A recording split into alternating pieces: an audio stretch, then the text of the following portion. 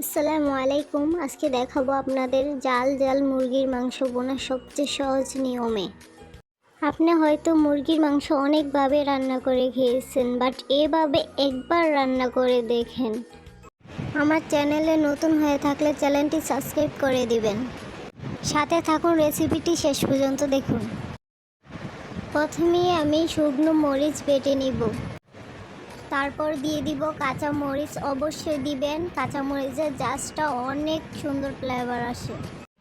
আমি এখন রসুন এবং আদা বেটে নিব।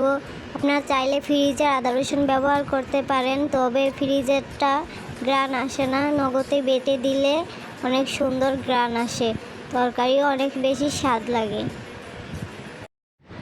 আমি সবসময় চেষ্টা করি বাটা মশলা ব্যবহার করার জন্য, এতে তরকারির টেস্ট অনেক গুণ বাড়ে। আমি মুরগিটা আগে থেকে কেটে ধুয়ে রেখেছি। এখন আমি একে একে সব উপকরণগুলো দিয়ে দিলাম আদা বাটা, রসুন বাটা, শুকনো মরিচ বাটা এবং কাঁচা মরিচ বাটা।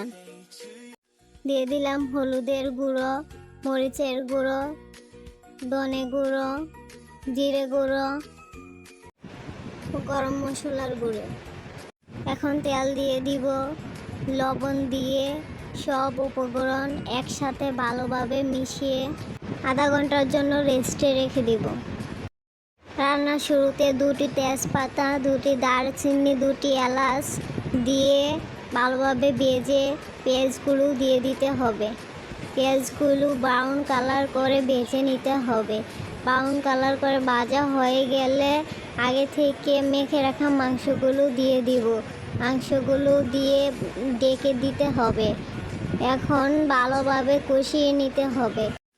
এবার মাংসগুলোকে ভালোভাবে কষিয়ে নিতে হবে। মাংস যত বেশি কষাবেন তত বেশি তরকারির স্বাদ বাড়বে। কষানোর মধ্যেই তরকারির আসল স্বাদ। এখন আমি পানি দিয়ে দিব। অবশ্যই কুসুম গরম পানি দেওয়ার চেষ্টা করবেন। গরম পানি দিলে তরকারির স্বাদটা বজায় থাকে।